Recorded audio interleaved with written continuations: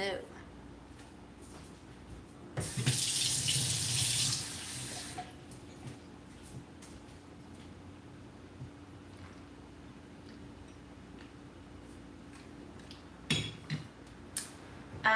The Windows display, I walked through Jackson Heights and Corona today to get to Flushing, so I believe the Windows display was somewhere around Jackson Heights area along Roosevelt Avenue. Hello, Zahua. I don't know if I said your name correctly, but lovely seeing a very fun name. Zahua. Let me know how to pronounce it correctly. Greetings, Morocco. We would like to visit Morocco one day. We once wanted to stick it into a trip between Spain and Portugal, and we were like, no, this is not doable. So we will have to go another time. Hello, Scotland. Okay, so I am going to, I don't know how many of you saw a comment that was left on yesterday's live. That was very extensive, and I appreciate it.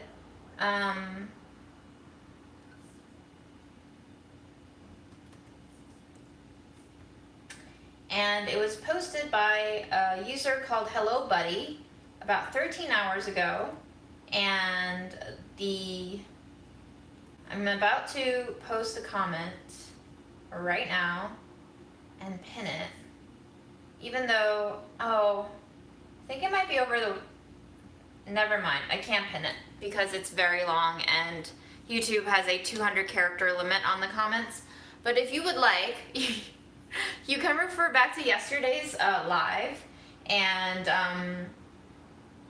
I guess I will just read it because it unpacks a lot of behaviors that I've committed that have received a lot of critique from viewers who I guess read my actions as unhealthy and hurtful, mainly to Aaron, who is the brunt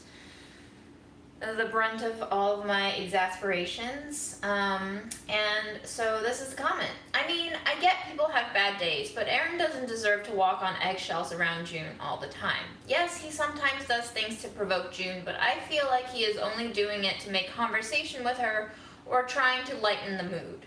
If you are having a bad day, it's fine, then don't put on the live stream. I think Aaron was just trying to make things less awkward.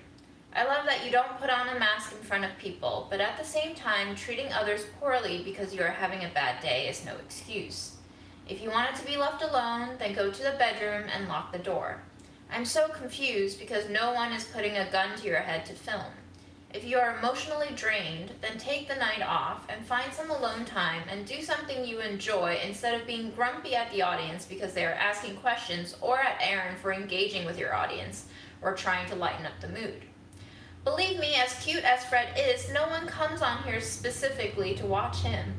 Please take care of yourself and stop casting your negative energy onto other people because you are having a bad day. They don't deserve it, and using mental health as an excuse for poor behavior is pretty indecent. I know I can't understand what you are going through, but treating people around you badly will just worsen the situation even more. Which, I largely agree with this comment. I actually just went to Flushing today to get my tooth patched up. I had a cavity, and I met up with my mom again.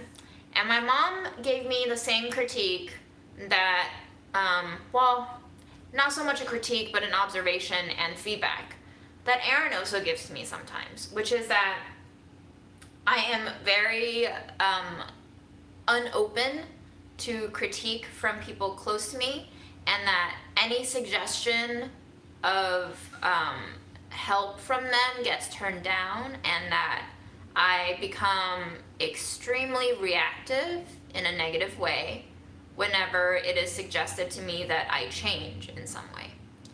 And I don't think any of that is wrong, but obviously it's a very personal issue that inflames me somehow, and which is why I'm addressing this comment, because this comment affected me. And as I've said before on previous lives, I only pretty much address comments when I agree with them to a large degree, because those are the comments that hurt the most, because those are the comments that touch on things that I personally already believe to be true.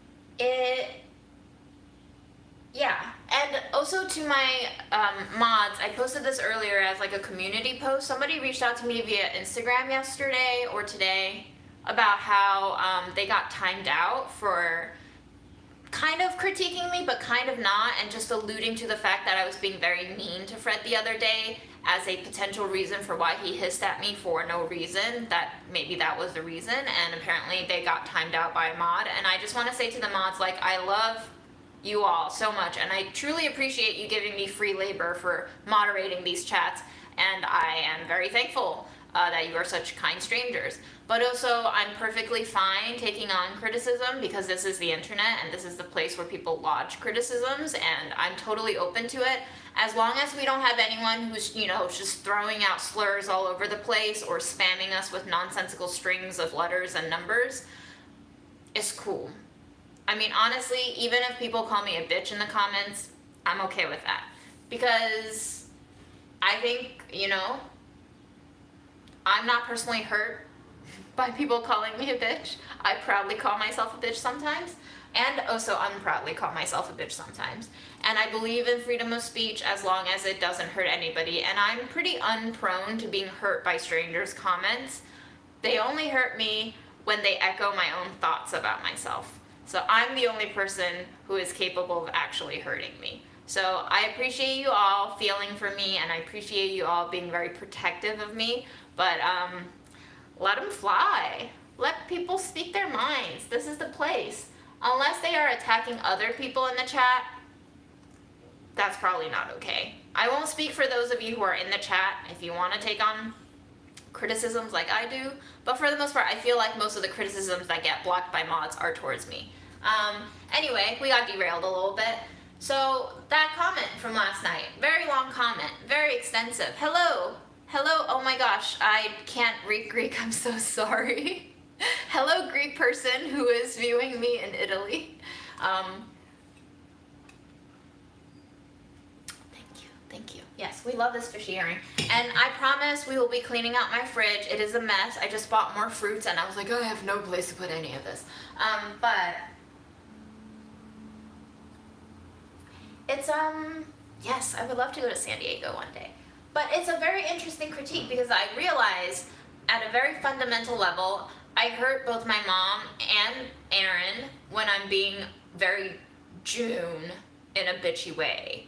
And because I live with Aaron every day, he probably gets hurt by me on the daily, and he's simply gotten used to it because we've lived for so long. And we've had a lot of conversations about our dynamic and whether or not I get too toxic sometimes, and whether or not that warrants him leaving the relationship. And like, we've discussed this before, and it's obvious that we're both adults and we make our own decisions, and like, you know, Aaron is free to leave the relationship at any time. So I am toxic, I'm not denying that, and I am aware of it, and to a certain degree, maybe not quite enough yet, I'm trying to fix it. But Aaron has also decided that I'm not quite toxic enough for him to like just leave completely. So an interesting fact that occurred to me when I was taking my walk to Flushing today was everything that this comment is putting out there seems to ring with me a certain truth about myself. But the only question I had was, what do I do if I realize I'm not being a good person and I can't change it? So one of the things that was said in this comment was, stop casting your negative energy onto other people because you are having a bad day, they don't deserve it, and using mental health as an excuse for poor behavior is also pretty indecent. I'm just gonna let that sit for a bit. Whew.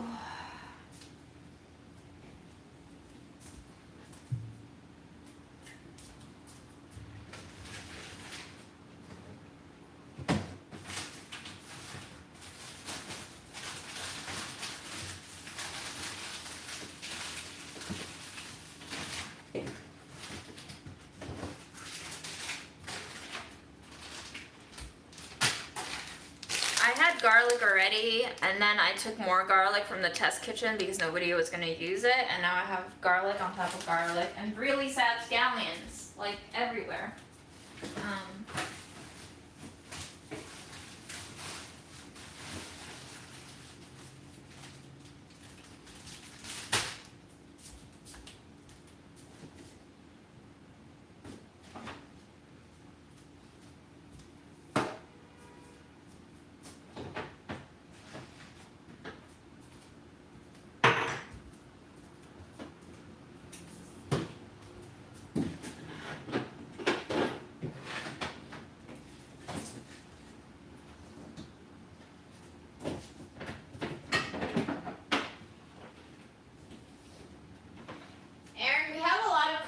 Onions, which if you don't eat and I eat it, I don't think neither of us can survive the night from my farts. I'm not sure what I'll eat them with, but I can try myself. Okay, you don't have to, but I'm just saying if I eat all the carmy onions, we will not be sleeping. I'm gonna wash a couple of pears and I'm gonna munch on it and I'll come back.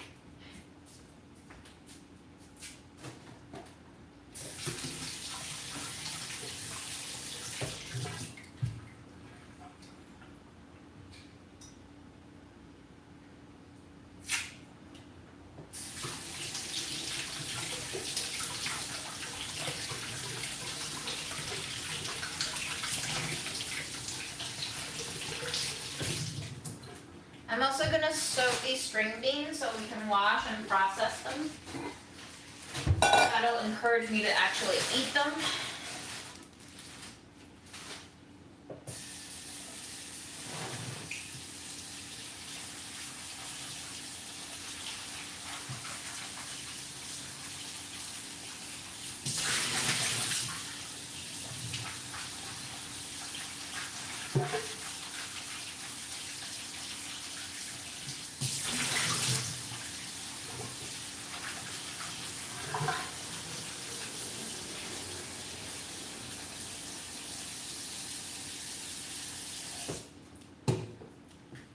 And yes, in case you haven't noticed, this channel is not just me cooking stuff like I do for Budget Eats or even for Hosted Delish. That was like the first episode's intention, but it's since morphed into something else. I received a comment on the live we did a couple of, I don't know, maybe a week ago, and the thumbnail is of romesco sauce, and the comment was, I used to like this channel, now it's too lengthy and not enough cooking. And I was like, yep, you're right.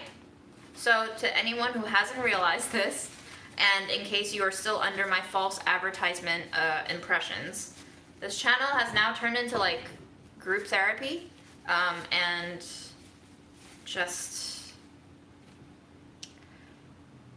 general brainless stuff. So if you're here for brainless stuff, welcome.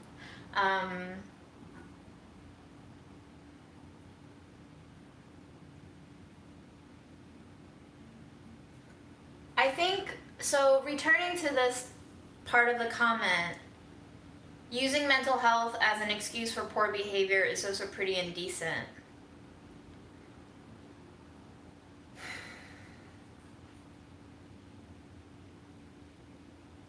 I had so many thoughts when I was walking, and now I'm just like, what do I say? What do I think? I don't even know what I think. I don't intend on using mental health as a cover-all excuse for when I'm being nasty to other people. I'm nasty to other people because of who I am. And I don't want to separate my depression from who I am. I don't want to say this is my depression talking, it's not me talking. I don't personally subscribe to the narrative that my mental health is not me. Like, I am my mental health. I am my depression. I am defined by the patterns of thought that happen to me when I'm depressed, and I am incorporating that as a part of myself. I do not separate myself from my illnesses. And that is not my way of saying because I'm mentally ill, because I'm depressed, therefore I act this way. I'm saying that those are related. But I can't say that it's a causal relationship. I can simply say that it's a correlation. For me, I realize that I display a lot of behaviors that make people feel awful, and that I probably emotionally abuse Aaron a lot.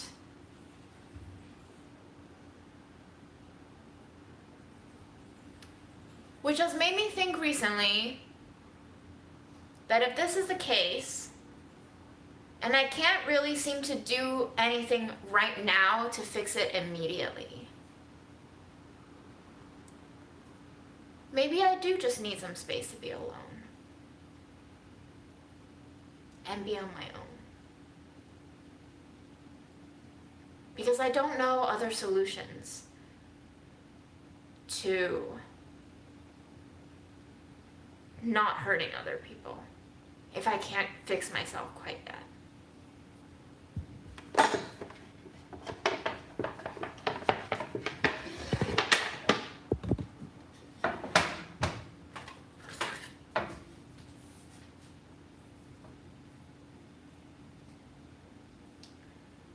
Let me pop out the chat because I'm not doing a very good job of keeping track what people are saying.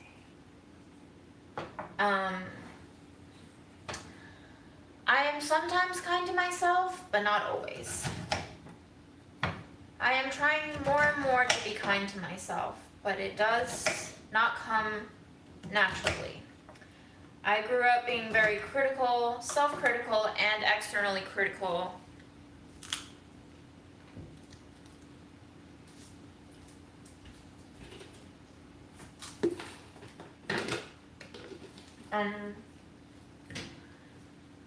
And I think a lot of the things we realize we need to do, we acknowledge to be true, but it is just really hard to do it. It's a lot like trying to say, I'm gonna lose weight, I'm gonna go on a diet, I'm gonna be a better person. But like, what are we actually trying to say when we say we're gonna go on a diet and lose weight, you know?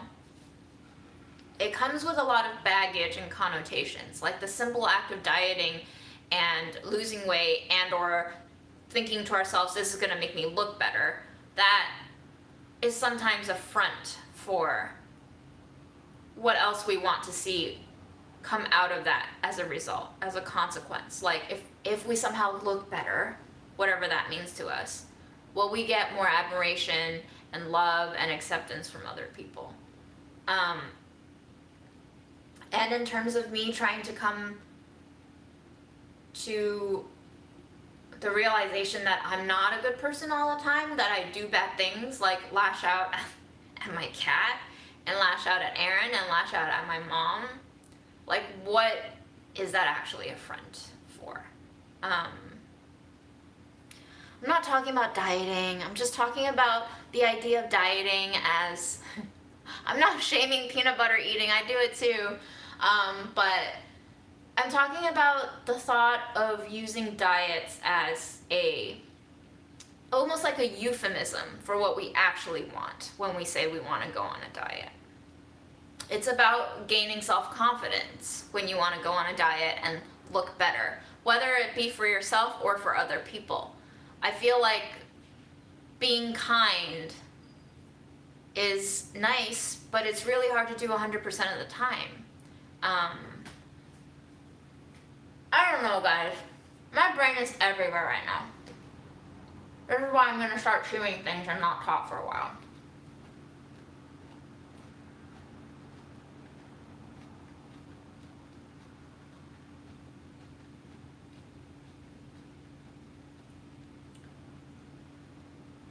Nowco asks, do you have a real idea of who you want to be? I guess not.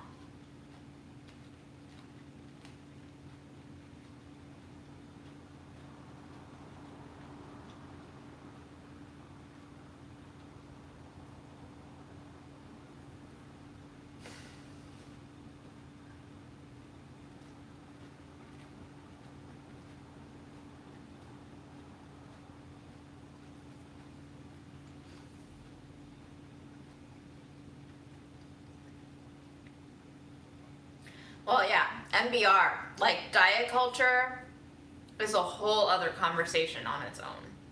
And it's something that I still struggle with. But just in terms of who I want to be, I don't know. I guess I would like to be a kind person, but I also would like to have a realistic picture of what it means to be a kind person. I don't want to have this unrealistic illusion of how being a kind person means you're 100% of the time perfect and like Jesus, like even Jesus threw tables in the church. Even Jesus was like cursing out at people and telling them to go fuck themselves, not in those words, but you know. I want to believe that Jesus did all of that shit, you know? I want to believe that Jesus got fucking angry at people. Not to say that I'm on the same level of justified anger as Jesus was, but I'm just saying, like, what does it mean to be a kind person? And does that preclude us having negative emotions in the first place?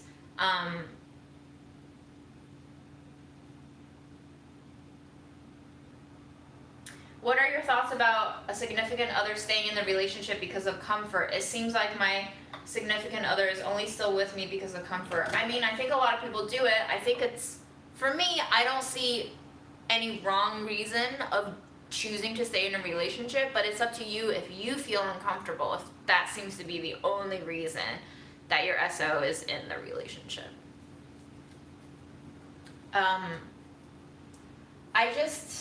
I don't hate who I am.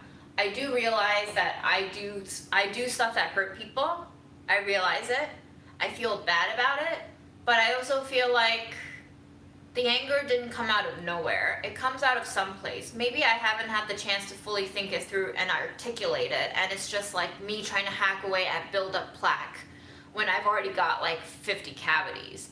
So it seems like a futile thing to be lashing out and be angry at other people, but it's also just like me trying to brush my teeth feverishly to maybe not let the cavity go any further. Not a perfect analogy, but there were a couple of things in the comment last night that did bother me though. Not all of it rang true to me. What I think of antidepressants, I feel like if it works for you, then it works for you. Hi Malta.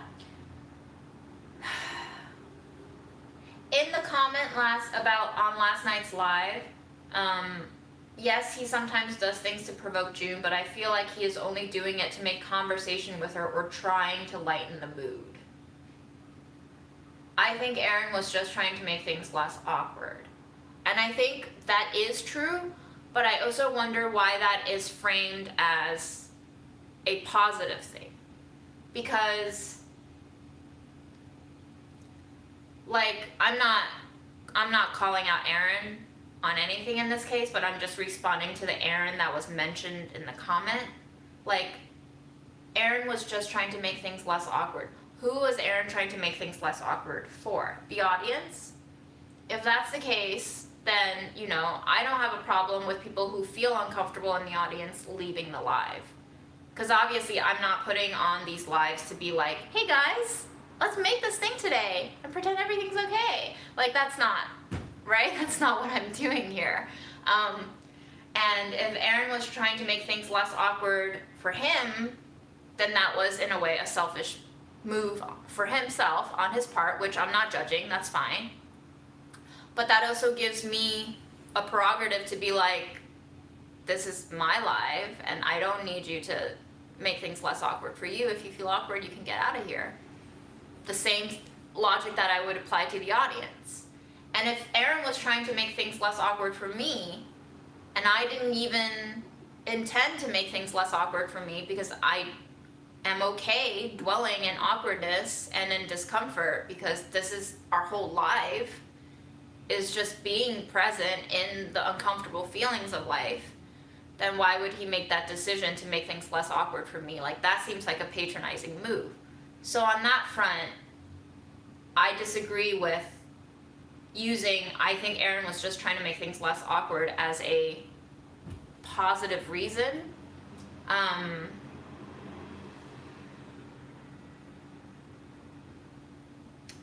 Another part that's also related to what I just spoke on is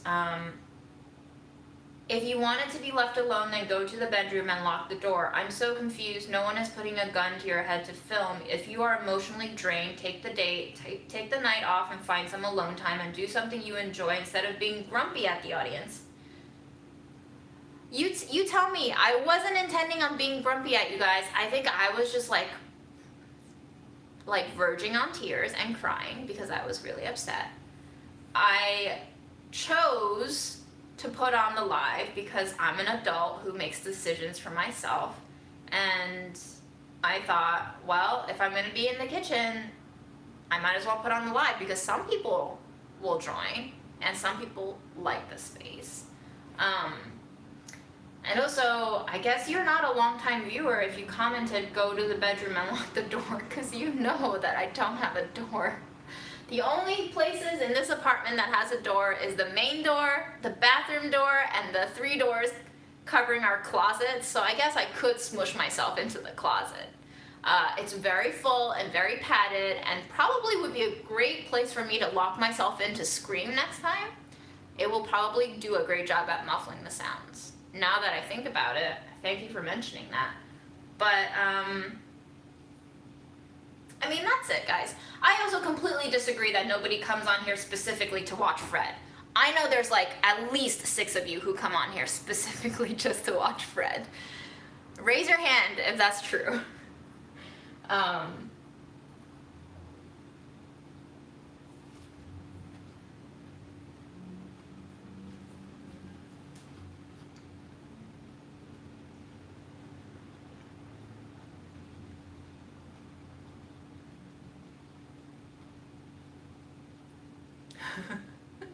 Thank you for raising your hand. I knew you were here.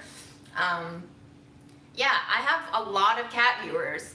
You know, I have a lot of human servants who give their cat kings and queens what they want. And so to that point, I have a lot of Fred viewers. So I understand where I stand, okay? This is my channel, but it's also Fred's channel. And to some degree, it's also Aaron's channel, which Aaron is welcome to join whenever he wants.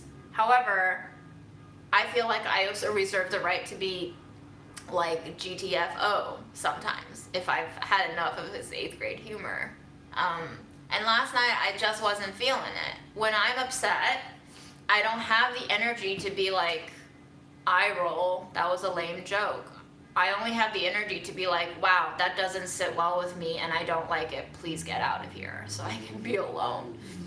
And that's what I've tried to learn to say recently, is like when I don't feel good and I don't have the energy or the words to express it, the only thing I can say is, please give me space. Like, please leave me alone. And hopefully, Aaron doesn't take that as like, he did something wrong, because my intention is to say, I'm really at a loss for interaction, and so please leave me alone. The thing about putting on the lives is sometimes it's even more effortless than interacting with Aaron in real life, because I'm not actually interacting with you in the same way. And, you know, as much as it might hurt you to hear, I'm not as like integrated and invested in you personally. So in a way, regarding the comment yesterday about taking care of myself and doing something that I like putting on these lives. And so going on live was a way of taking care of myself. It was a way of me putting on something that makes me feel a little bit more grounded. So that's all, guys.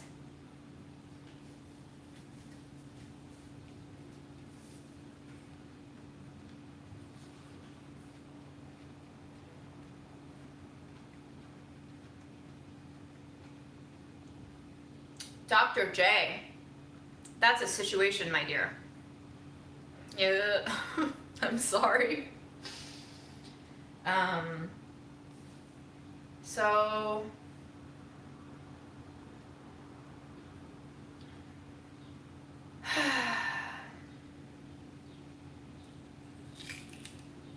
hi, Michelle Diane.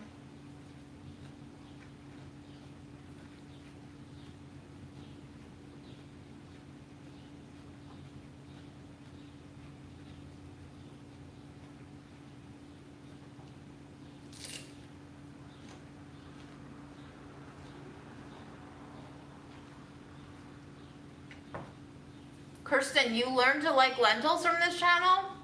I can die a happy person now.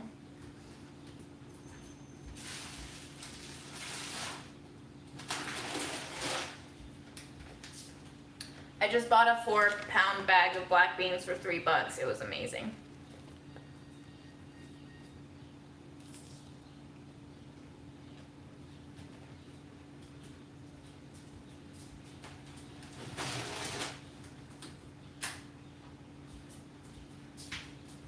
I mean, maybe I need serotonin boosts. I don't know. I'm personally okay with my moods.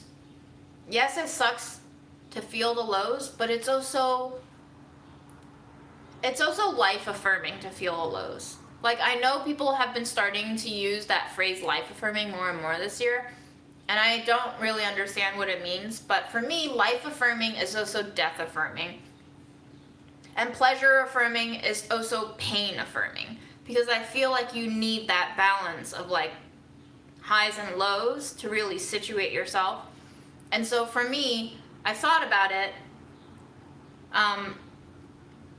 Meds aren't the way for me to go right now. I find that therapy helps a lot to talk it out, to think about it. I find that time alone helps a lot.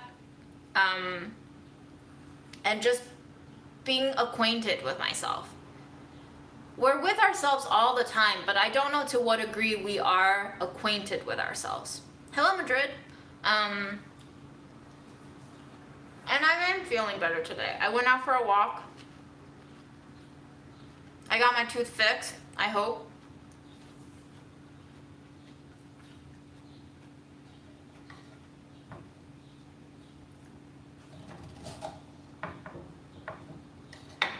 And I think I've been low grade depressed since high school, that I've gotten used to dealing with my depression in such a way that it's like when I have a breakdown, I can recognize it and I can no longer be terrified of it, and I can just try to like sit with it, sleep with it, live with it until it passes. It's just kind of like waiting out a rainstorm. At a certain point, you hate the inconvenience of rain, but you also appreciate the kind of relief and humidity and temperature that rainstorms can bring. And I don't know if it's toxic to be like pro-depression. I'm not really pro-depression, but I'm also kind of pro-depression. I'm just like, you do you, right? Like, if depression really hurts you to the point where you can't function and you're like, this is not living and I need to do something about it, obviously you do something about it. That's not the kind of depression that I have. So for myself, I have found a way to live with my depression that is familiar to me and is not paralyzing.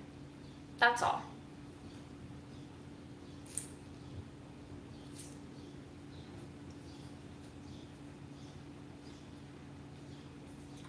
Man Chung, exactly.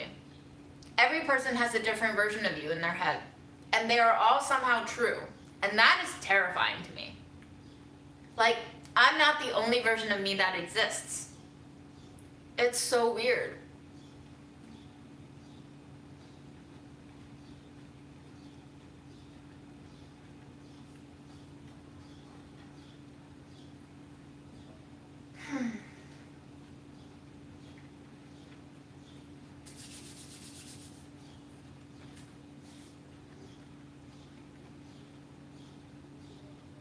Damn, Adora, how often do you get blood? I mean, bless you for donating blood, but damn.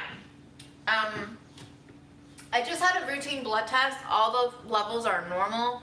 My mom has had thyroid issues before, so it's probably somewhat genetic that, you know, like I haven't always had regular menstrual cycles, so I'm sure that's like part of the mix. I'm sure something's off with my thyroid, but not enough to like tip it on my latest blood work. So, you know, all of these things are possibilities. I guess what I realized on my walk today was, yes, I have issues. Yes, I have intensely hurtful actions that I have habituated as behaviors that are somewhat acceptable for me to enact on other people that shouldn't be acceptable. But also, I am incapable of fixing them all at once right now. And so there is always something that I could be doing to better my health, whether it be physical or mental. Like, I could be exercising more. I could stop eating 3 bags of cheese crunchies when I'm depressed. I could do all of those things. But 1, do I have to? 2, do I want to? And 3, do I choose to? Like, that's all the part of the freedom and the torture of being alive. Like, you have the choice to be continually a better, more whole person. But at what point do you stop being more whole? Like, do you ever reach wholesomeness? I think a lot of these comments come out of a place of like being angry at me for starting this live stream channel, because this live stream channel really destroys the idea that people had of June from Budget Eats. There's a very specific version of June that exists in Budget Eats, that if you came to this channel and you watched like 2 or 3 lives, that June would just be fake. So this June on the live stream is like arch nemesis to Budget Eats June, because in people's minds, these 2 Junes cannot exist concurrently, which is fascinating to me. It's really fascinating.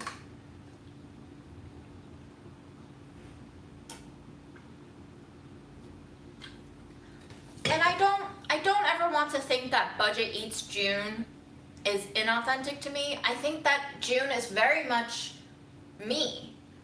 In the same way that like June and deep depression is still me too. Like, those are all me. They just might not fit into the neat narrative of, wow, this one person can be that, and that. You know? We can't seem to mar our idealistic heroes that we see on screen. Which I think is kind of why I like these lives. I'm just like, kill the June that only exists in Budget Eats, you know? I don't want to be pinned down. Maybe a lot of people would view this live stream channel as like, I don't know, societal success suicide, because you are basically destroying the persona that sells. But that's kind of what I want to do. I don't want to be sellable. I don't want to be marketable. Because that's when you actually start to lose you. When you become a brand, you become a version that's very pruned and limited to what people want to see and want to consume. And that's really Black Mirror shit when that happens.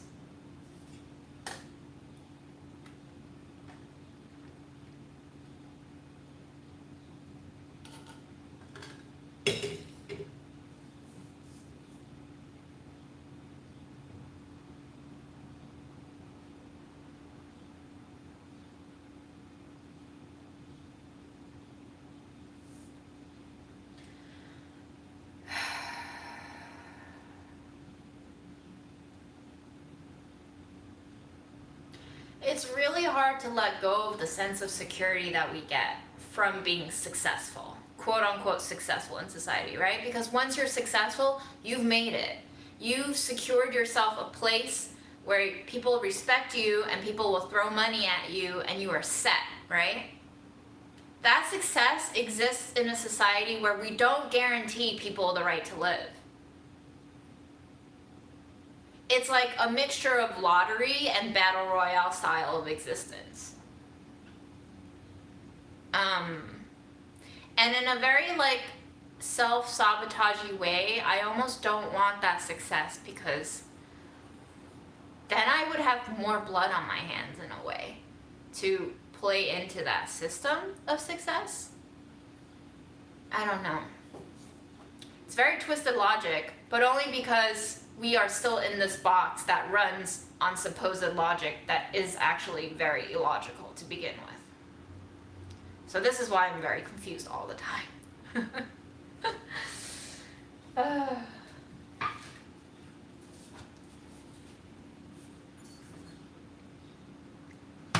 As to whether or not there is a true self, I think in the moment there is always a true self, but that true self is forever changing and dynamic, and that is the only way I can learn true self-forgiveness and self-acceptance, is if I say I am always changing, I will not be the same me a minute from now, a day from now, a year from now, 10 years from now. Because if I hold on to, and I'm still doing this, I'm still guilty of doing this, and I've done it before many times. If I hold on to a former self that I liked, it only hurts me when I realize I'm no longer that person.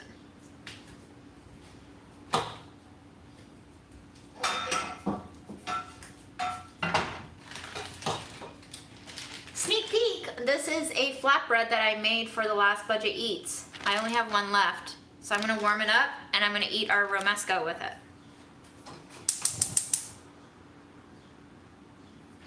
And yes, this does mean that it's been a week old and I'm still eating it. It's fine.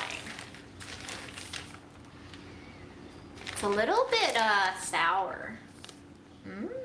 Look at those little textures. Fun, fun, fun. Ooh.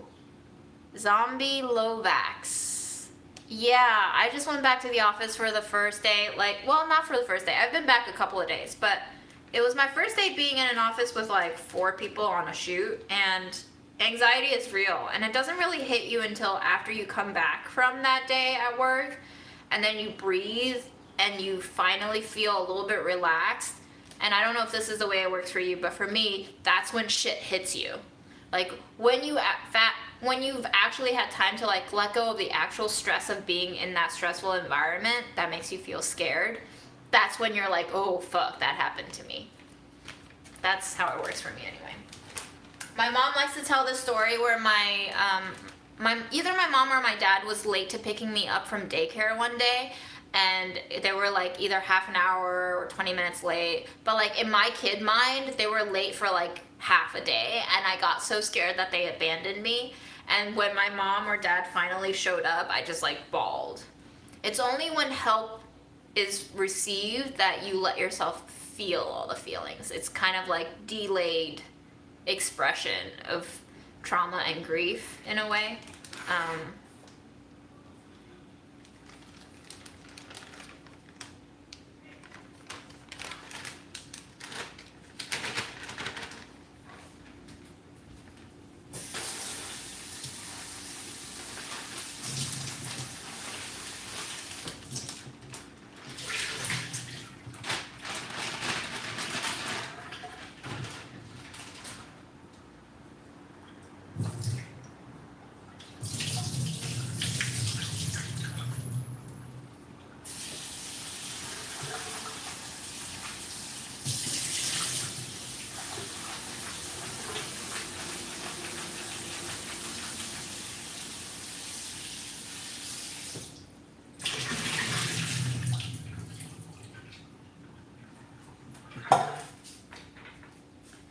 But yeah, who has today off from work?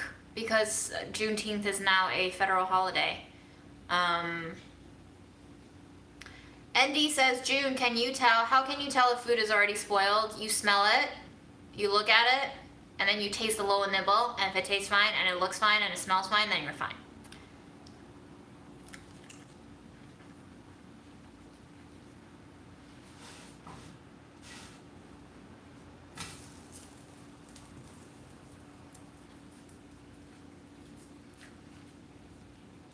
Zach, the video editor for Budget Eats, I think he put it on his Instagram stories too, but he DM'd me because I reposted a slide that he had posted first about feelings about Juneteenth and how it's pretty superficial shit and it doesn't deliver any of the actual change that we were asking the government to take on.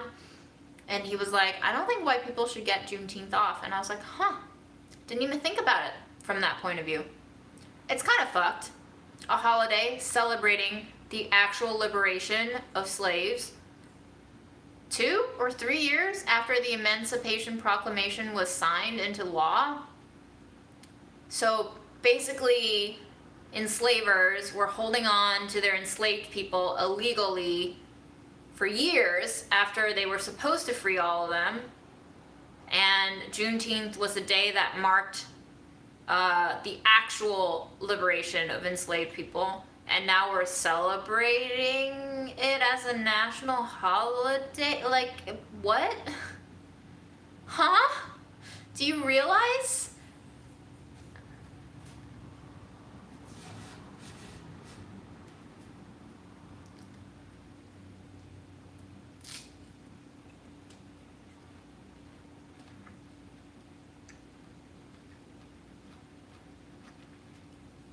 Holly, is the coconut milk in the milk jug cartons, or in like, is it like drinkable coconut milk or coconut milk that you're meant to cook with? Like, how fatty is it? I think you should just open it up and smell it, because coconut milk will smell rancid and sour if it's gone.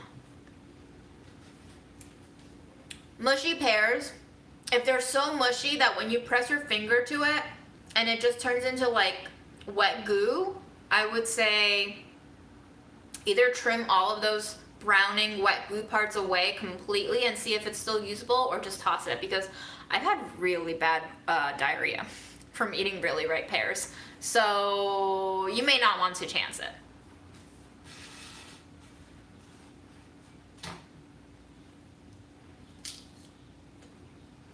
Yeah.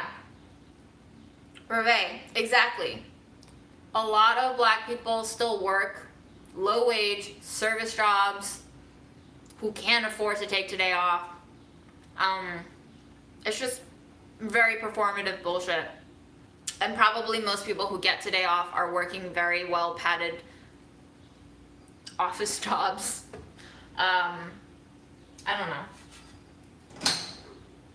Anyway, Zach has donated his salary for the day to an organization that I need to, well, let me check. Can I check? I think it was like a Black Femme collective of some sort, but I thought that was very proper, admirable.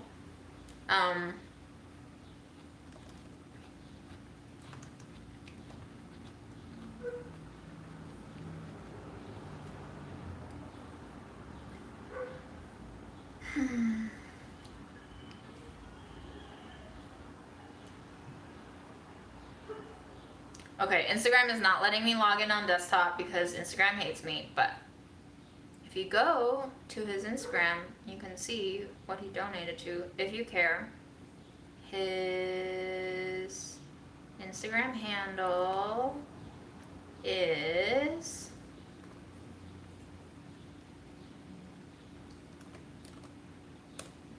that. Anyway, I love Zach.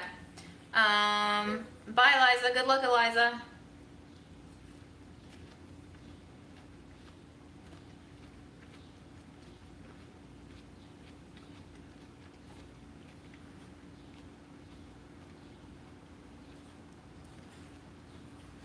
If we have a holiday we can't teach about, that's just even more fucked up, says Caitlin. Yep. When we don't actually teach the real history behind America's history with slavery and why slavery existed and how fucked up it all was. I don't even remember what they taught us about slavery in the US when I was in grade school. I think all we did learn about was the Civil War, Lincoln's four scores and whatever years ago speech, the Gettysburg Address, and the Emancipation Proclamation. We like to skip all the nasty parts and just go straight to the part where we realized, hey, we're not doing a good thing, let's fix it. And we just like to continue the narrative that, like, we always do the right thing, of course. This country was founded on ideas of freedom and the pursuit of happiness for all men, except not. Don't look too deep. That was, yeah.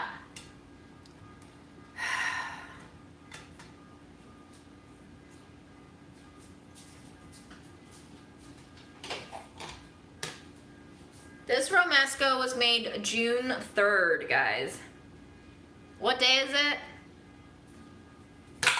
2 weeks ago. We made that 2 weeks ago. Yeah, not a thing in the UK because it's very specific to US history regarding the forced hoarding of freed slaves past when they were supposed to be freed.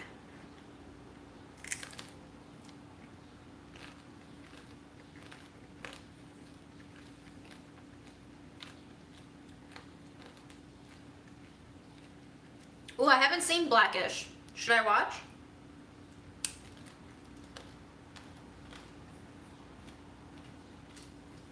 I mean, yeah, Christine, America loves to sell the dream. That's all America sells is the dream.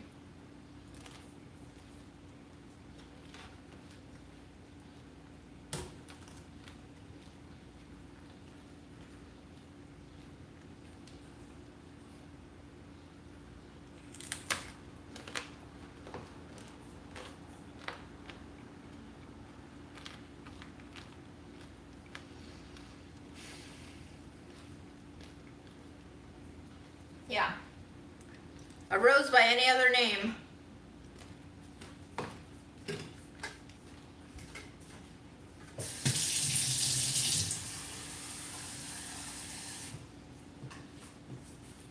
I think the post that I reposted basically said, like, we didn't ask for this holiday. We asked for defunding the police. We asked for ending prisons. We got none of it. We asked for equal pay for black women. Don't have it. None of the things that actually will change the way society works happen. It's just euphemistic gestures.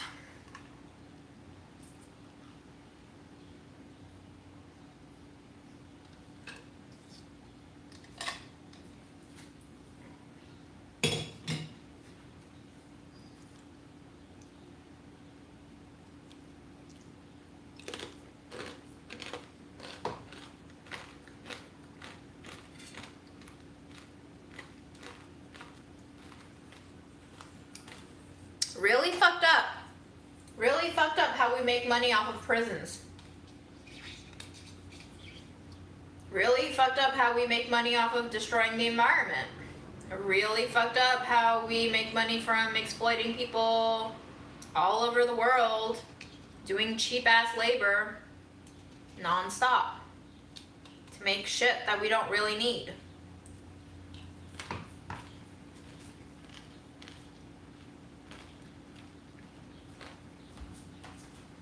Okay, time to clean my string beans. How do you guys clean your string beans? Do you clip it with scissors or knives? Like when you need to get rid of the tail. It's always so tedious, isn't it?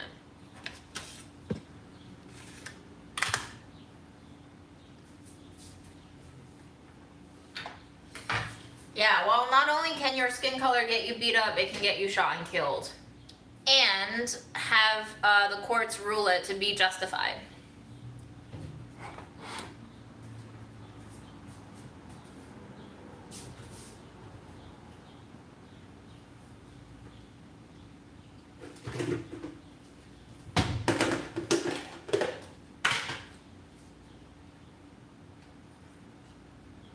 I'm sure it happens in every country, but you would think it wouldn't happen in a country like America.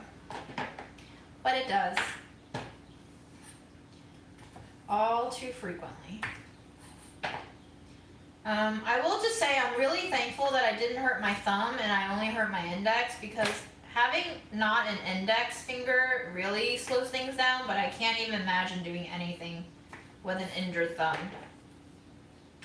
So on that front, guys, use your knives properly and don't look at the camera when you're cutting things and you'll be fine. Don't do what I did. It's truly dumb.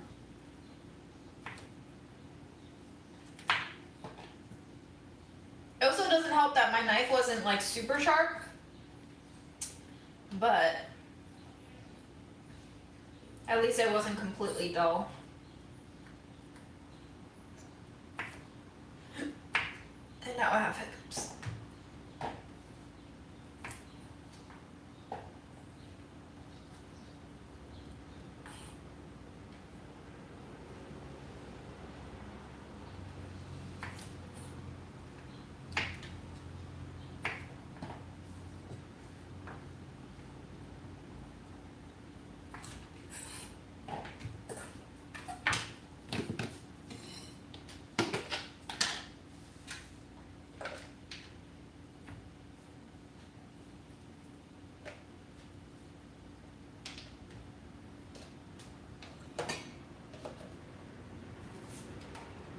Did you get to keep the expensive knife? No. So the expensive knife from the Cosmo video is a global knife. I like them, but I don't love them. And also that knife was too large for my hands to handle, so I didn't keep it. I probably could have. Snap the tips and peel the string. Not much string.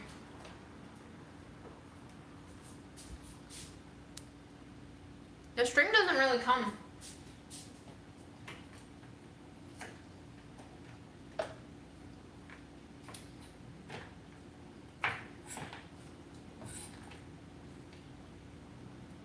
I was really sad when the game ended in the Cosmo video because I wanted to do more. It was so fun. I wanted to guess the prices of all the things. Oh my gosh, guys, when I was crossing the street today to come home with my fruits and stuff, I saw a dude on a motorbike doing the little vroom vroom thing, and I was like, you asshole, now I know exactly who you are when you vroom by. He looked like he was having so much fun too, twirling his little gas pedal handles. Oh my god, I didn't even have 3 sips of tequila. I just had like one. One and it hit home. That's why I don't drink, folks. That is why I don't drink.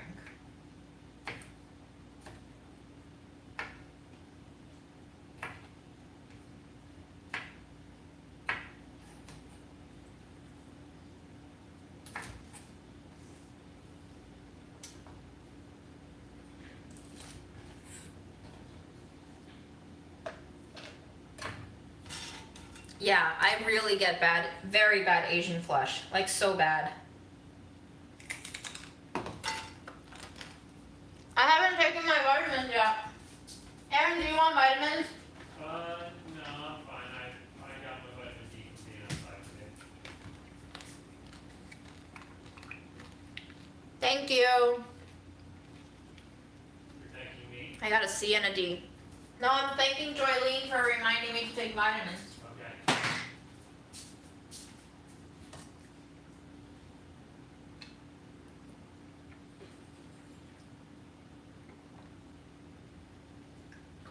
Okay. Should I thank you? Oh, not at all. What's Fred doing? Sleeping.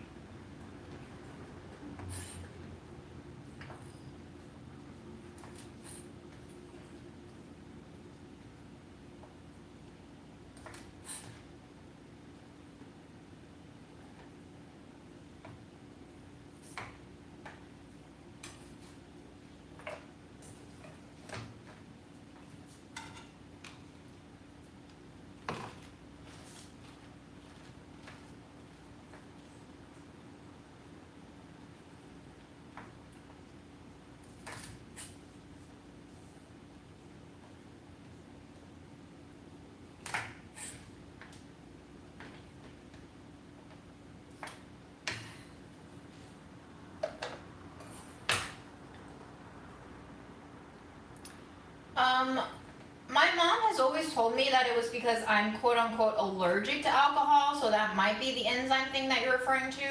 I also read this study that apparently if you flush really bad, every time that you do flush, is actually like increasing your chances to get a particular kind of cancer. And I don't know if that's a real study or not, but I remember reading that and I remember going, oh shit, that's not good.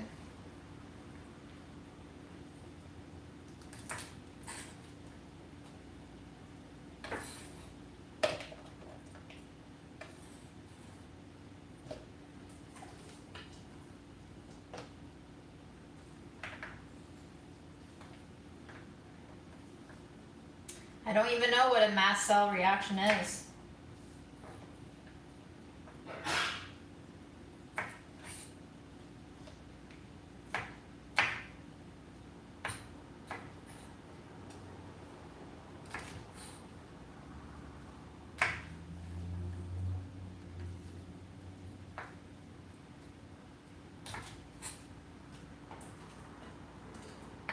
Yes.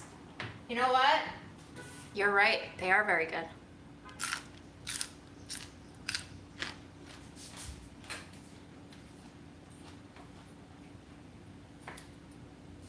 Have you ever had fresh picked beans off of a vine? Those are amazing. Bye, Adrian.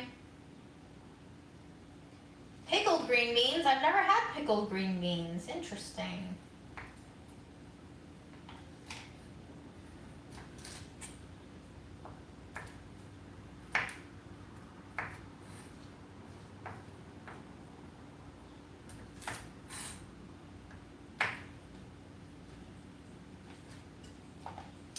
Also, just to be fully transparent, right before this live, I was looking up the Wikipedia page for narcissism, and I was debating whether or not I should diagnose myself with a form of narcissism. Did you know that there are different kinds of narcissism?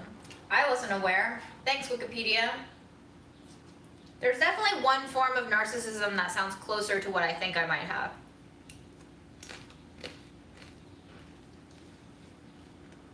But we can go back to talking about beans too.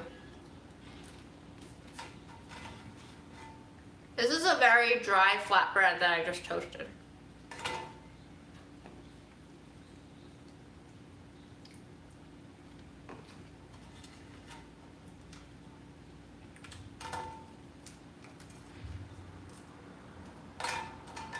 There was a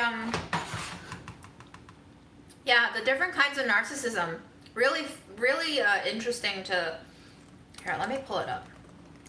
Because there's one that really sounds like I could potentially have some of it. I'm not gonna say like I'm a full-fledged narcissist, but I also, my mom did like to make the observation that I really like to look into the mirror sometimes when I was a kid.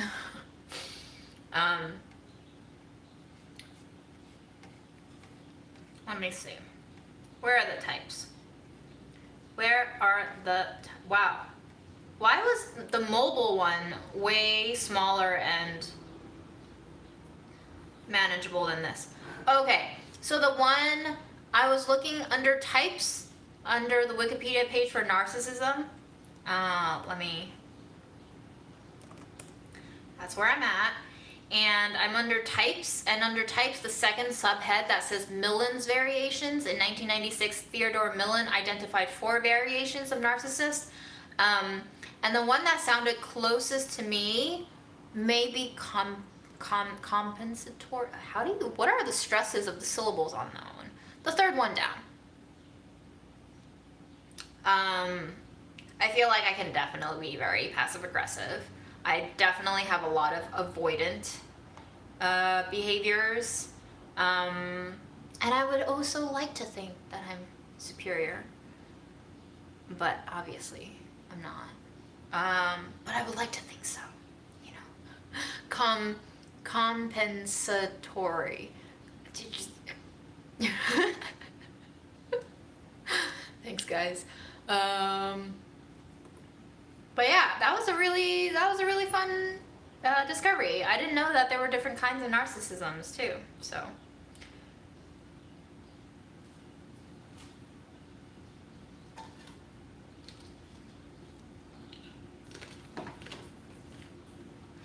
LOL, Christine.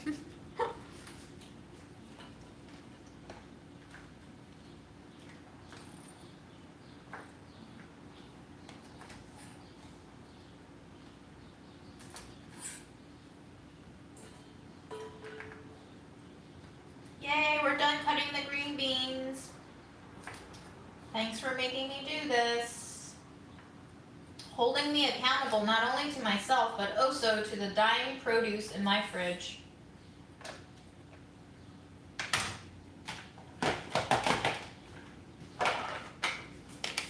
Ta-da! Now we can eat it anytime we want.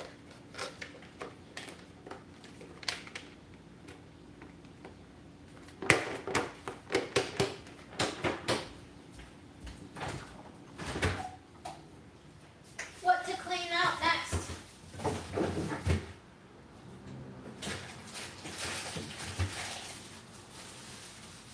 Let's peel some carrots and chop up celery and scallions too, lots of it.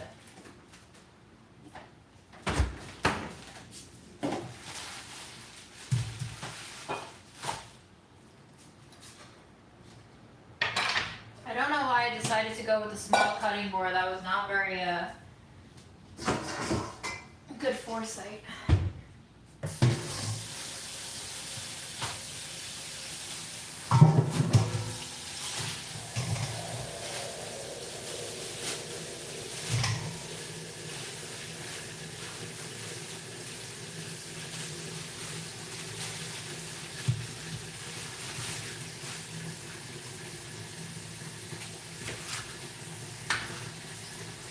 Ooh, that's grimy. Grimy celery.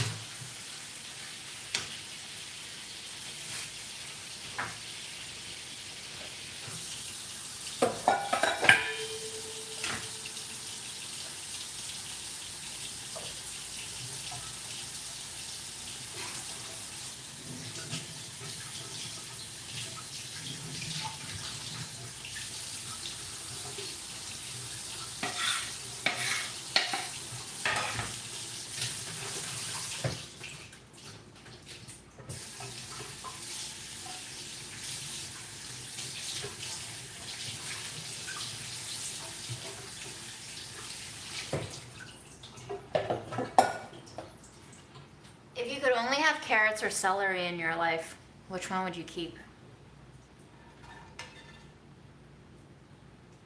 Did we turn political? What did I miss?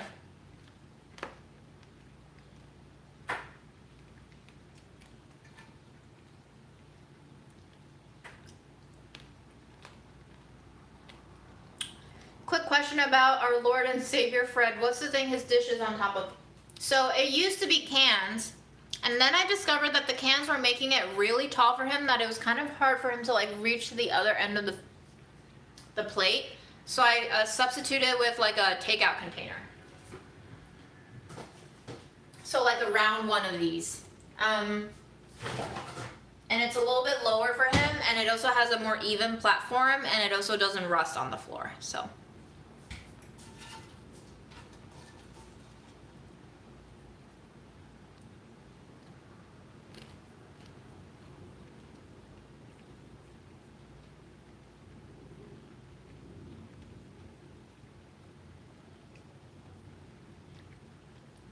Oh, I see. Immigration policies, huh?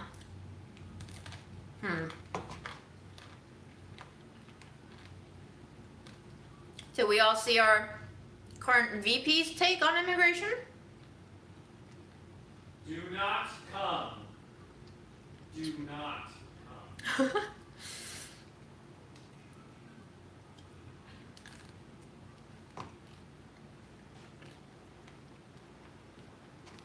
This is 2-week-old Romesco. Erin, my favorite tomato recipe is the egg and tomato stir fry that you've seen me make like 1,000 times. It's just so simple.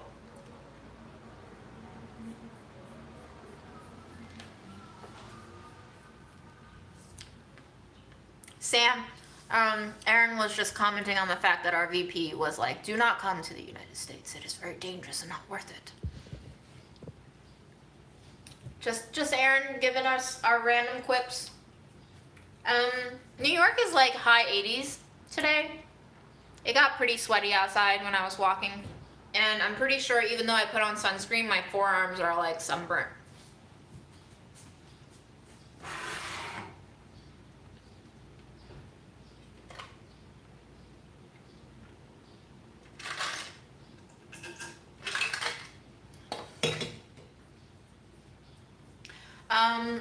Lentil soup with mint. I've never cooked with mint before, and the times that I have cooked mint until it was like not raw anymore, I don't think I've liked the flavor. It's a little bit medicinal and grassy.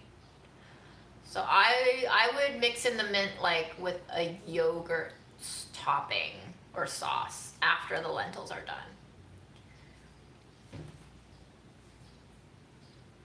Oh, I can't tell you what it was made out of because that's part of like the next budget eats, you know? I can't give away the ingredients.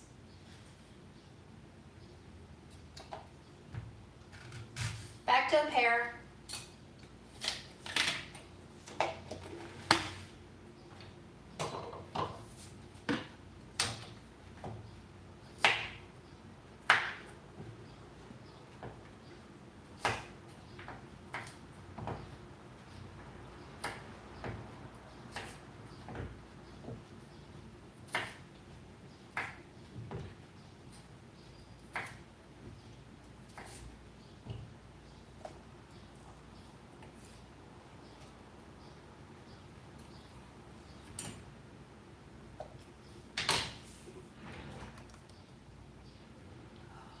Somebody's a good guesser. Somebody's a good guesser.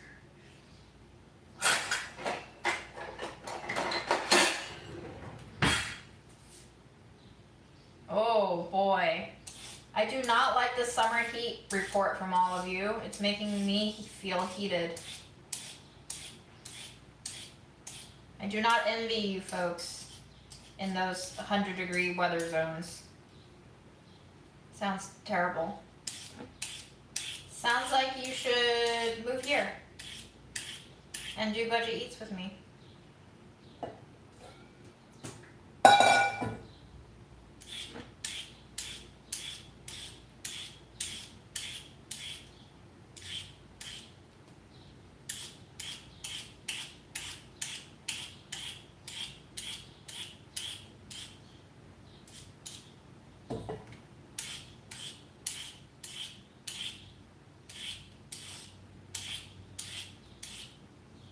I was in Flushing today and I found a supermarket where they were selling Japanese sweet potato and white sweet potato for 68 cents a pound.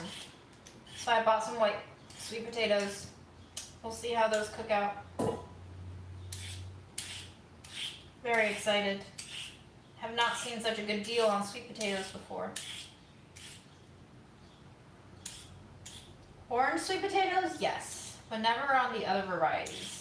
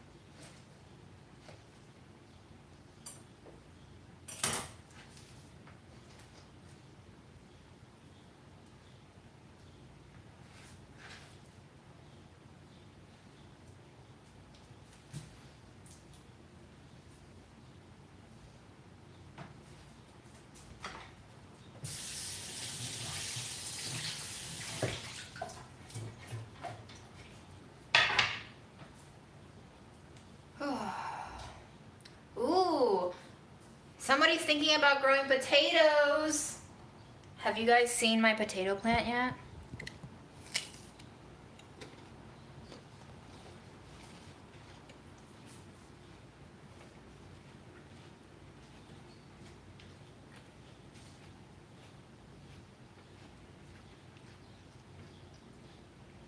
It's a big boy.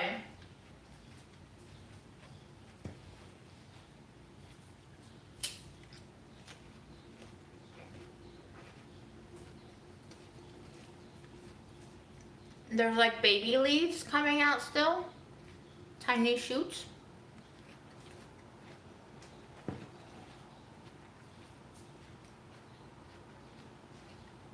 I had that sweet potato for like a month and then it sprouted.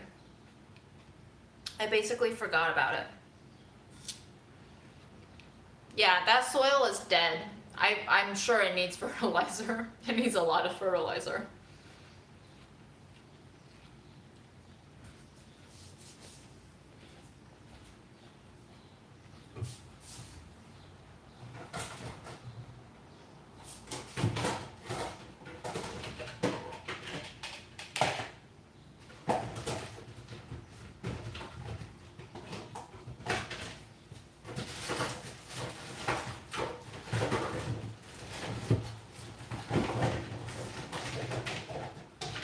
Oh my god, where are my lids?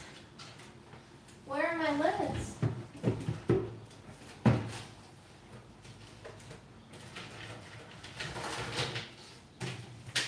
Okay, I give up. I give up.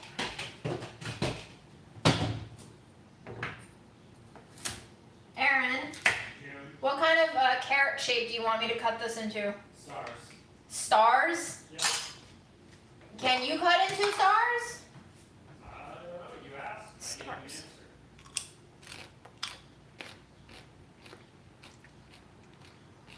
What are we cooking? I'm just cutting the carrots so we can eat it. Oh. Then any shape is fine.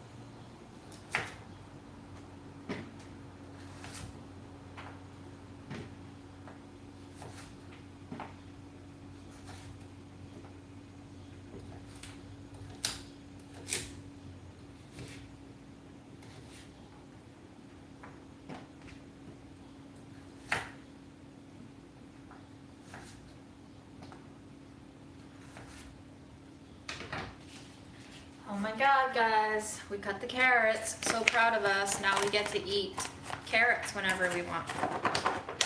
Hi, Marie. I'm having a pretty okay day.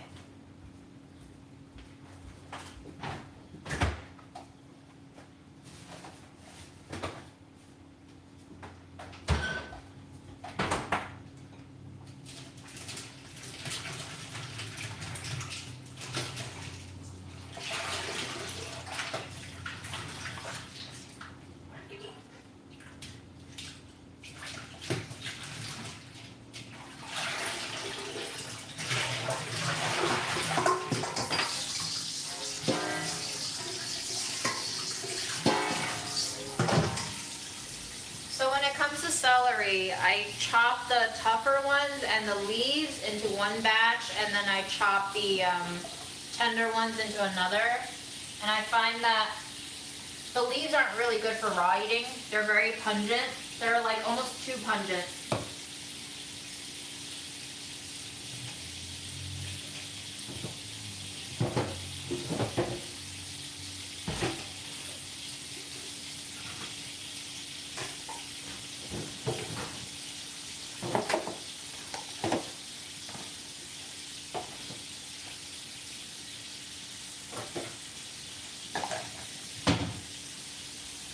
I'm very jealous that you ate a lot of smoked salmon today. I love smoked salmon.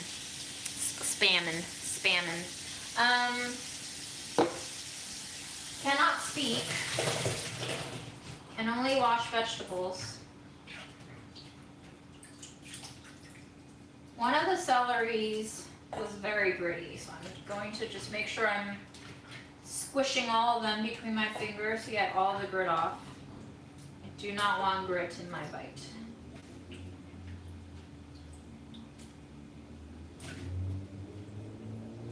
This I'm gonna eat now, because you look uggo. This will keep.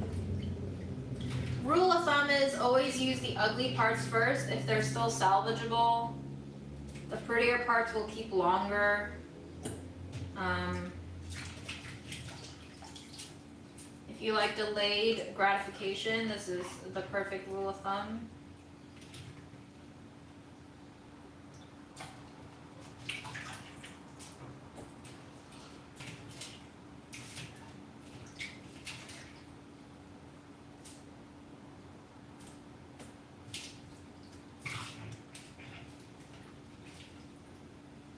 Aaron, do you want to work out at 6?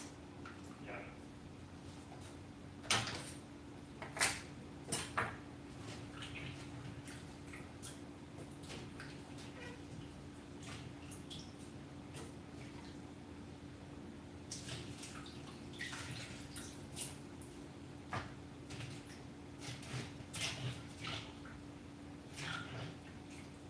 I also had a very interesting conversation with my mom today, as always. I cannot go like 20 minutes in her presence without arguing or fighting with her about something, and she does what moms do best, and in particular I feel like she does what Asian moms do best, which is worry about every single part of my life. She watched that live when it was like really short a couple of nights ago, where I was like, I cut my finger, I yelled at Fred, and she obviously is not quite fluent in English, so was very confused about who I was angry at, and she was like, did you have a disagreement with somebody? And I was like, yes, my cat. And I had a chat with her about how, like, I don't want to be her daughter anymore. Like, I want to be her friend. If she wants to be my friend, I'd be delighted to be her friend. But what I mean by not wanting to be her daughter anymore is I don't want to be babied by her anymore.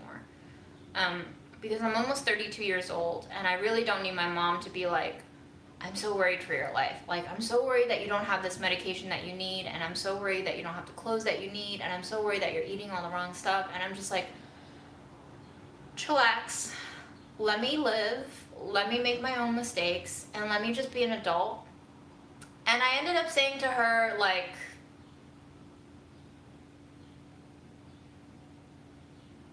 you can't let me live fully until you give me permission to die fully, because being alive is to die. And I feel like my mom is, being the mom that she is, so protective, and she never wants me to hurt myself or be traumatized in any way, or be stressed in any way, or get sick in any way, or just be damaged in any way. And I'm like, that's not how life works. And so that's what I mean when I said to her, I don't want to be your daughter anymore. In fact, I'm not going to be your daughter anymore. And if you want to continue being my mother, you know, as the roles and responsibility that a mother is, not in terms of our relationship and, you know, actual dynamics as mother-daughter, but just like being the mom as if it were still her job to be the mom. I said, if you still want to be the mom, that's your decision. You're obviously an adult, and I don't have control over what you do, but I'm just going to tell you right now that if you continue being a mom to a person who does not identify herself as your daughter anymore in that capacity, like, that's going to be really sad for you, and it's going to be really unrewarding and ungratifying, and it's going to hurt you. And so I'm pretty sure she's still going to be the mom, but at a certain point, in a very selfish, American, individualized way. And again, this is like being between cultures. Being both Chinese and American in thought is very conflicting sometimes. But in a very individualistic, selfish American way, I was just like, I don't want to deal with this anymore. I don't want to be babied every time we meet anymore.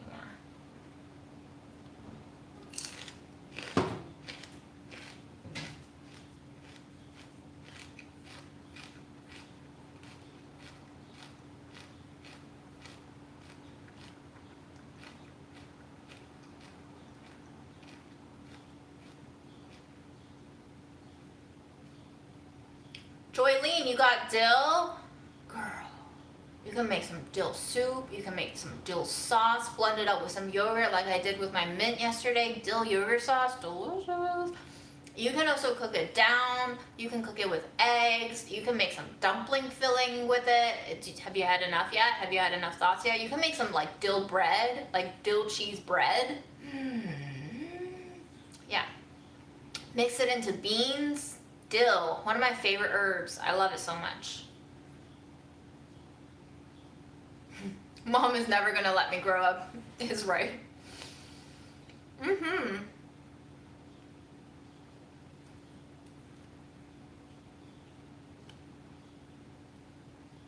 Erin, your mom sounds amazing.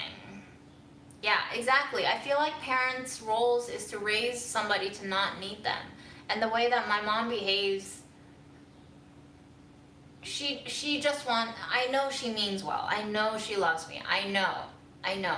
But I've also made it very clear to her that I don't need her to love me in this way anymore. But yeah, a successful parent is one who raises children who don't need them anymore. And it sounds like a very cruel job to put yourself through, but I feel like that is the definition of a successful parent. And Caitlin, I agree. That's exactly what it feels like, but she doesn't acknowledge it. She denies that that's what she's doing, but I'm saying to her, like, when you do this to me, it makes me feel like you don't think I'm capable of taking care of myself, that you don't think I think for myself, that you don't think I can make choices for myself, and you don't think I can be on my own, period. The way that you always think that I'm putting myself into harm's way makes me feel like I'm still a child.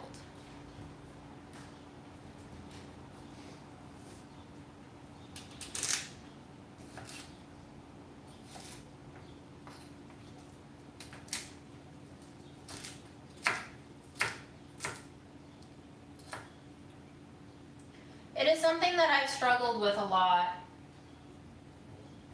over the years.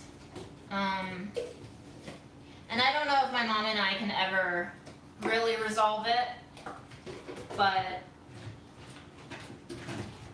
I mean, my mom's probably watching this now or later, and you know, Mom, I love you. I just need you to be more hands off. That's all.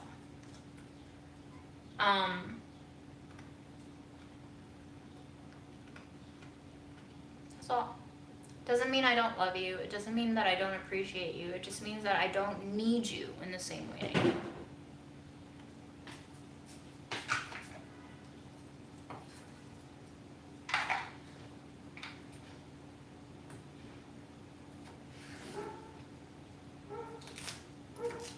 And that's a good thing, by the way. If your child doesn't need you anymore, it means you did the job right. My mom sometimes thinks that she's like wronged me in so many ways. Being an immigrant mom and not knowing the language, she thinks she's like failed me in a lot of ways because she didn't give me access to a lot of things. And I'm like, that's just not true. Like, you need to stop telling yourself that narrative. You've done absolutely everything you could have, plus more. She like, just like, even not knowing English completely, handled, I feel like 90 to 95% of my entire college application process. I can't imagine how much work that was. And obviously, even before I got to college, she's done so much for me in terms of just like preparing me for school and assisting me in school, even when she wasn't herself fluent in the language that I was learning in. So there is no scenario under which I would ever accuse her of not doing enough for me. In fact, I've always insisted she's done too much for me. And yes, I'm grateful and thankful for that, but like, it needs to stop someday.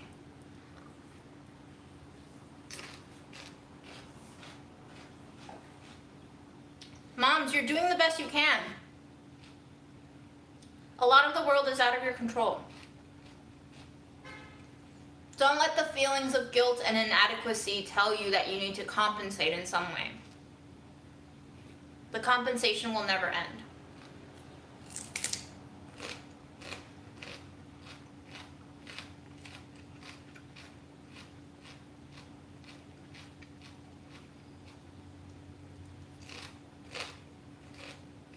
You're right. I can't expect a mom to stop mothering. But I want it. However unrealistic it is.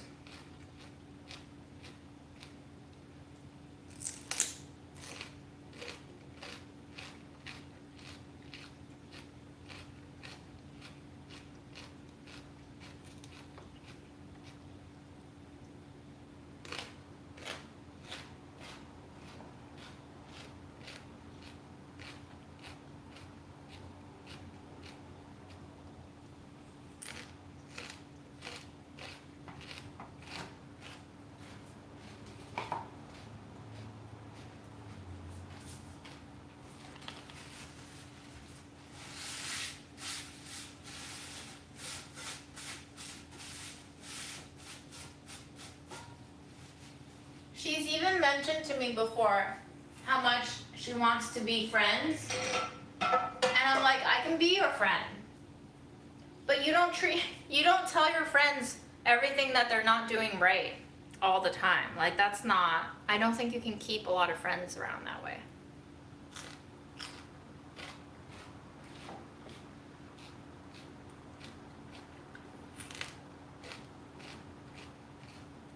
I hear that, Christine. I know regret is coming for me.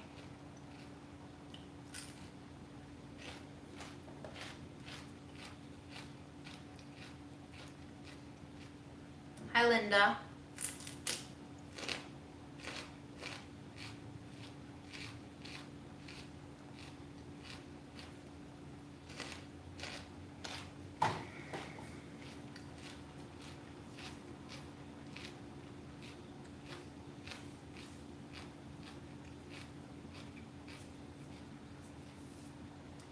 ND, my mom's been, as far as Asian moms go, I feel like especially Asian moms, pretty laissez-faire about the fact that Erin's not Chinese. I don't think my parents loved it in the beginning, but what you gonna do?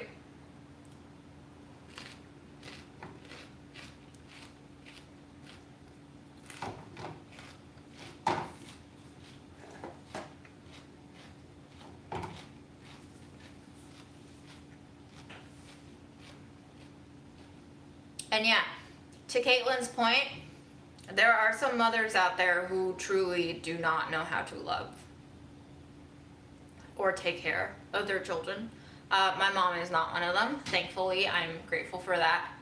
But yeah, it sucks to think of all the people out there who were just not equipped to actually raise children.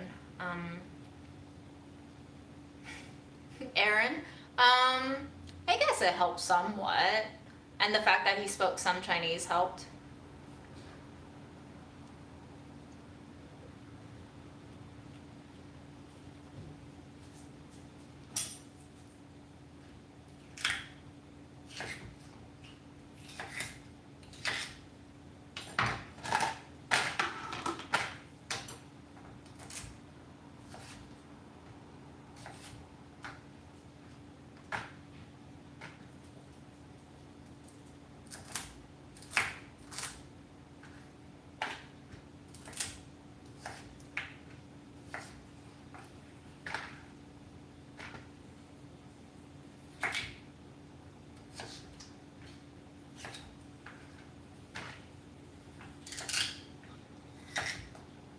god, cutting celery. Such satisfying sounds.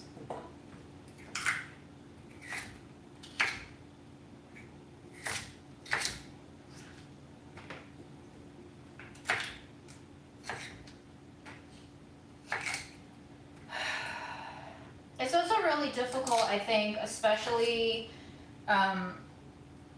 approaching topics of like parent-child relationships. Like coming from a Chinese background, there's a lot of kind of filial piety that you're responsible for your parents a lot in their old age, and obviously I'm not going to do a great job of that.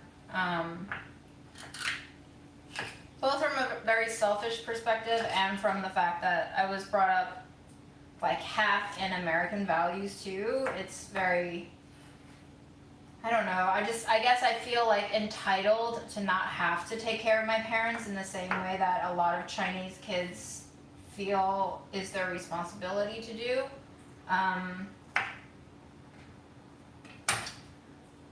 So there's definitely some struggle of like guilt concerning that too, like I'm being an inadequate child by not really taking care of my parents in the way that my mother culture expects me to. And my mom has said that she doesn't expect me to take care of her in that way, but that doesn't stop me from feeling guilty. And today she brought up the fact that like sometimes she hopes that when I make life decisions that she still considers me, and I was like, what's an example of that? And she said like, if you ever think about moving to another state, like think about your mom, like at least give me a heads up. And I'm like, I can give you a heads up, but I don't think I need your permission to move somewhere. And she was like, well, you know, like if you give me enough of a heads up, like if you move to New Jersey, then I can also move to New Jersey and find a place close to you. And I'm like, no, Mom, like I would like you to think about where you want to live for yourself and move there. I do not want you to follow me around. That's the opposite of what I want.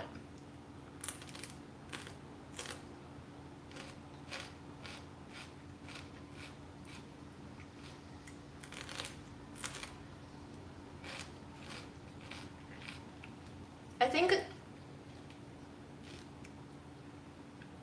it might be really hard for moms to lose their identity as moms because they've been moms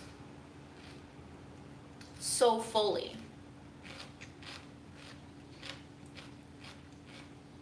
So I guess for me to tell her to stop being a mom to me is like basically me telling to go kill off a part of herself, like a main part of herself. And so in that sense, it's really cruel for me to say that. But it's kind of like what I need. Like I would like to see my mom as her own person now.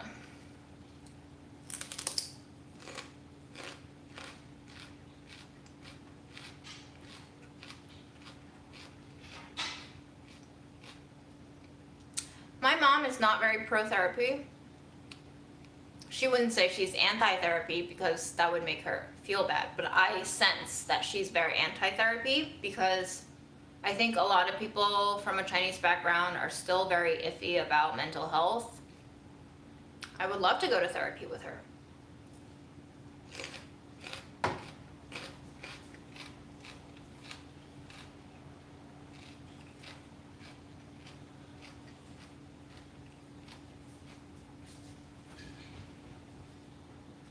I would love for her to go to therapy, but that of course, and I've mentioned this before, and I've made sure to preface it as I don't want this to be an insult to you.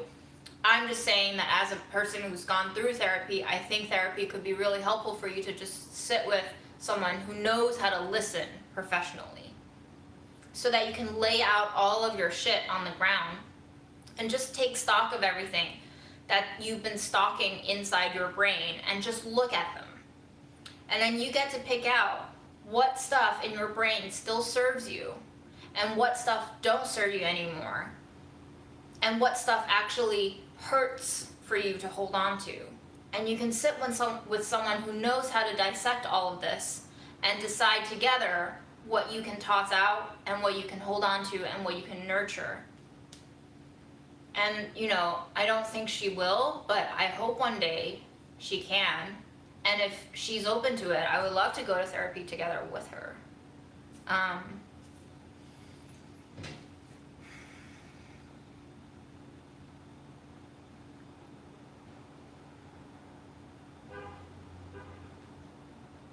Yeah, Michelle Diane, I think that's totally right. Mom as a verb to mom as a noun.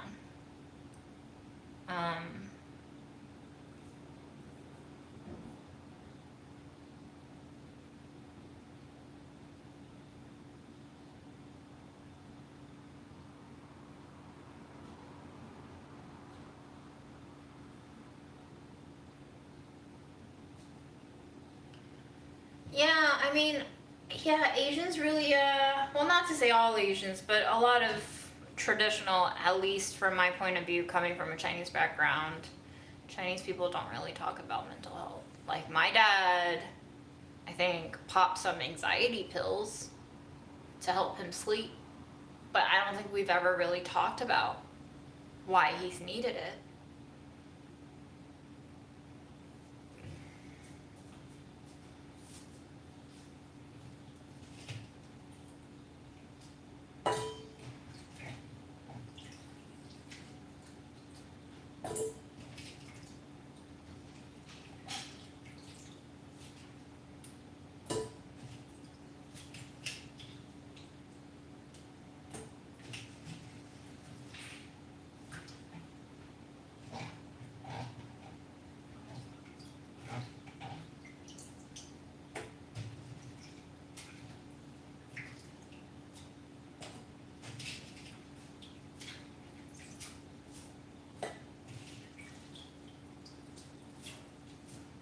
The stigma around mental health is really deadly.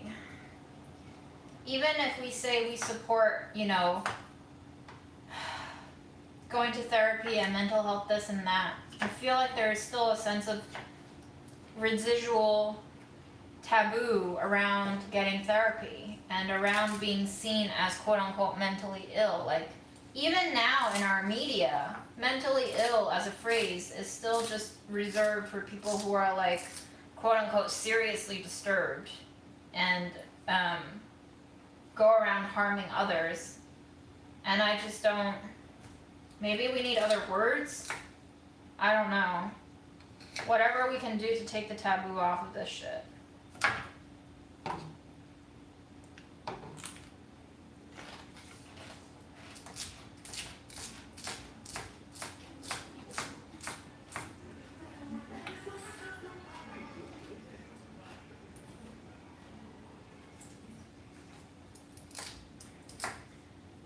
Words can help and words can do a lot of harm. Because we start attaching certain ideas and values to specific words, and it just gets all very confused and discolored.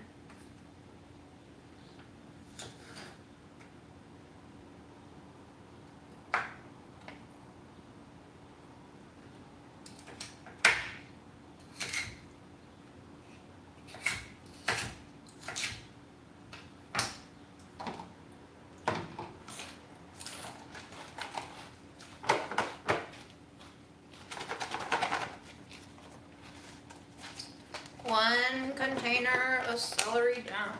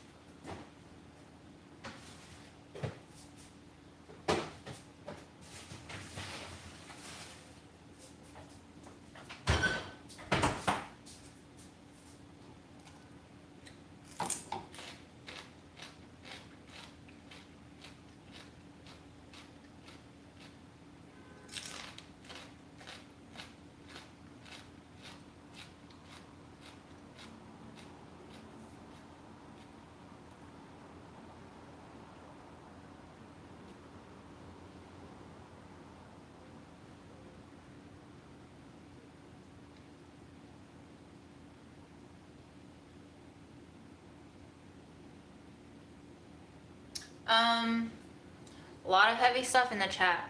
But yes, this is Romesco. I'm slowly eating away at 2-week-old Romesco.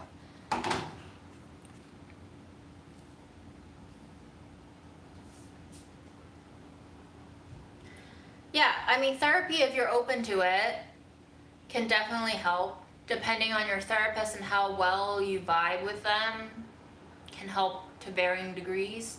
Therapy, if you're not open to it and you're forced to go to it, probably either will hurt you or will take a very long time for it to like actually start helping you. And I think the issue there is like why therapy feels like uncomfortable to you. I think there's also a difference between feeling uncomfortable in therapy and still wanting to be there because you realize that there are things about yourself that you want to learn about and potentially detangle. And there's a difference when you're anti-therapy and you just feel very averse to it. So yes, McLinda, eating away at leftovers is part of my fridge cleaning strategy. I have to motivate myself because if I'm just cutting celery for hours and peeling carrots for hours without rewarding myself with like a little bite of this and that, it's gonna be miserable. So I just like, you know, tamper it with a little bit of treats. Leftover treats, but still delicious treats.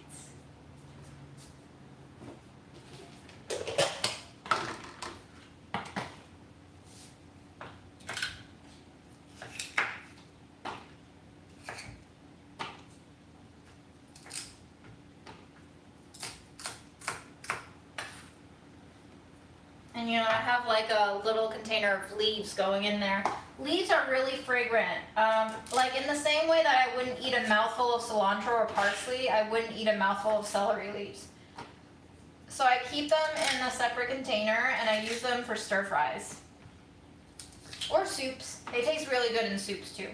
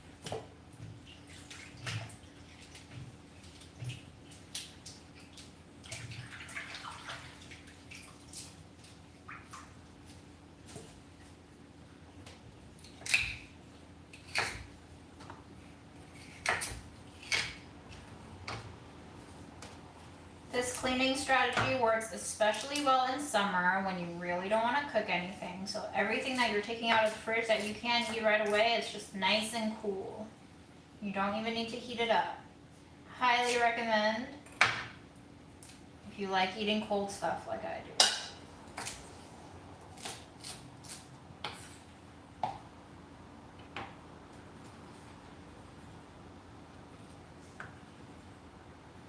ND, if it makes you feel any better, I just ate eggs that were supposedly 3 months past the sell-by date and they were fine. Some people have like a trick of if you drop the eggs into a bowl of cold water and they float, they might be bad. Is that right? Somebody tell me if I'm wrong.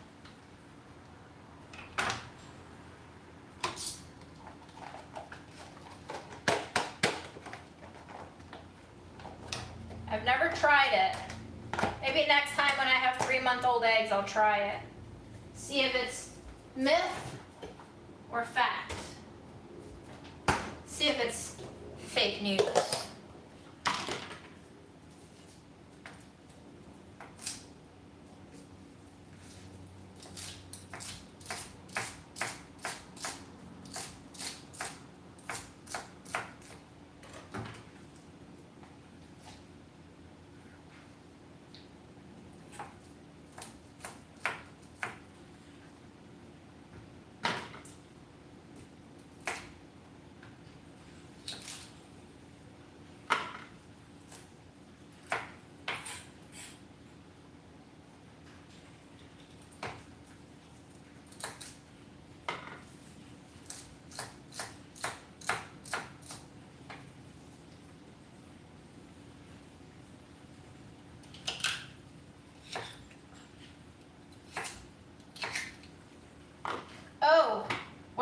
ready for more self-analysis and therapy? I am. Another thing that I talked with my mom today was, so she is very bitterly divorced from my dad, and she was very, very, very, very, very hurt by the process and by the events that preceded that split.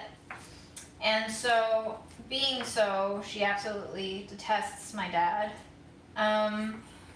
And she'll sometimes say stuff like, "Don't be like your dad," or something along those lines. And I just realized today, when I was talking to her, how hurtful that kind of comment is to me, because there is no way I won't be like my dad, because literally half of me and my genetics is my dad. And I also grew up with him, so I must have absorbed some traits with him. My mom is not really proud of me when I do shopping for the sake of saving money and like buying stuff that looks questionable, buying the dollar bags of groceries, because she thinks that that was one of the things that like my dad had negatively imprinted on me, because he was so, from her point of view, concerned with money and saving money that he was willing to forego buying better ingredients and better quality stuff, and taking care of one's health by buying better quality stuff. And so to her, whenever she sees me buying reduced produce or things on clearance, or like even thrifting, she'll read that as, wow, that's something that your dad negatively impacted on you and like instilled in you. And I'm just like, maybe, but also this is who I choose to be. Like, there is potential, of course, that I'm buying stuff that's like way too far gone and potentially moldy, and maybe I'm eating too much rotten stuff that one day it'll somehow build up in my system and give me some sort of terminal disease. But like, I don't think I am. I think I'm doing fine. I think I like buying reduced groceries, and I like figuring out what to make with them. I don't see any shame in that. I see the fact that they're still for sale, that they're still salvageable, and that I'm using them to be something that I'm quite delighted in, and maybe like, yeah, kind of proud of. But it brings me happiness to like find quote unquote deals, and it brings me happiness to be able to spin and improv dishes out of those things that I buy. And so when she kind of colors my present behaviors with past echoes of my dad's behaviors, it hurts. And I know that maybe my dad isn't the greatest person alive, and maybe he did some really shitty fucking stuff that I'm still trying to sort out as both of their children, whose side to be on. Not that I have to pick a side, and not that I have to say like one parent is better than the other, because they're probably both flawed, but definitely probably my dad committed more bad stuff than my mom ever did. But it hurts to hear her say, don't be like your dad, or don't be your father, or this reminds me of your father, as if to say that everything that my dad is bad, because I don't think that's true. But there is no denying that he hurt my mom immensely.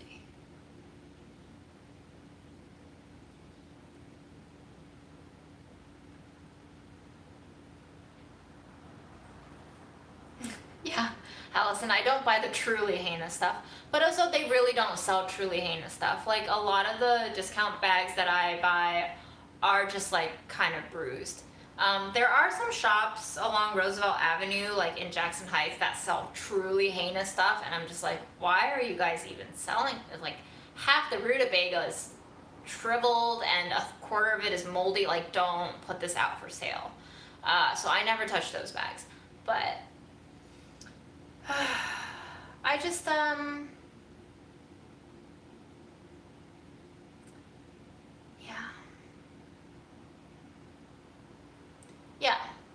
definitely, Melissa, there is definitely a line between bad but usable and bad. Please don't eat it. Please don't touch it. There are some stuff that are questionable. But yeah, and my mom definitely has a different perspective of my dad. And I don't even know what my perspective of my dad is anymore. I would love to go dumpster diving, ND, but I've never thought about doing a video for it because I have never gone dumpster diving and I don't even know where to start in New York City. I feel like some cities are more accessible than others, and New York City is not one of those more accessible places. But, you know, if you know of any folks who dumpster dive in New York City, hook me up. Would love to chat with them and maybe shadow them. Maybe I could be the documenter. That would be pretty cool. I could be a documentarian. Here, guys, we did it. We did all of it. We did all of the celery and all of the carrots and all the string beans. There's some red peppers in there that I don't need to handle right now. We got leaves, we got stalks that are ready to eat. I'm so proud of us. Thank you so much for being here, for listening to me rant about myself like the narcissist that I am. What else? Yeah, I would like to say that we did a pretty damn good job of cleaning this out fridge. What? That is not to say that our work is ended. There is a lot. There's a lot in this fridge. Oh my god, there's a lot in this fridge. But as far as produce, not bad, y'all. I'm just gonna eat some of my Romesco.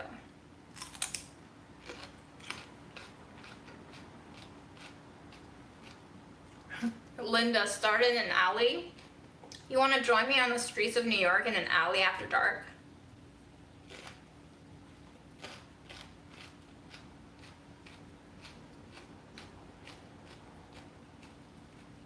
I'm pretty proud of this Romesco recipe. It definitely tastes way better as it sits. But maybe don't let it sit for 2 weeks like I did. But still, it wasn't bad.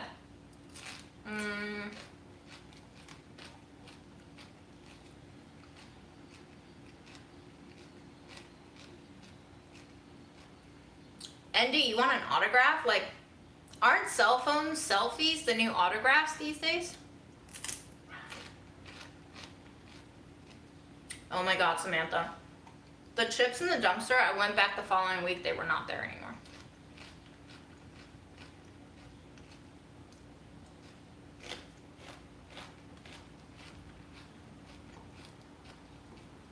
Okay, if you want an autograph, I'll give you an autograph.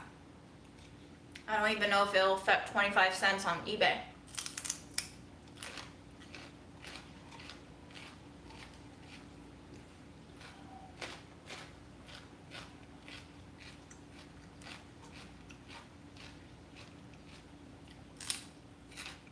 The hamra, is that a red pepper paste thing too, with like nuts in it, basically? But I don't think there's tomato in that version. There's tomato in this version.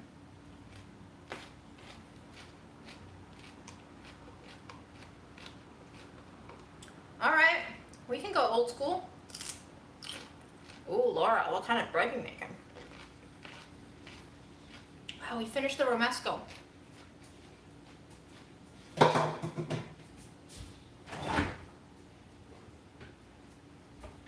Guess what, guys? We still have more paste to eat. What is this? Cheesy leek dip. Leek deep. Cheesy leek dip.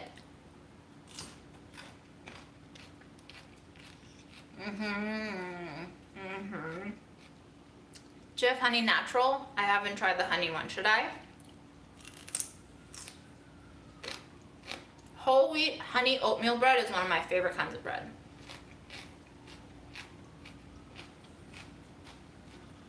Bye, Maria.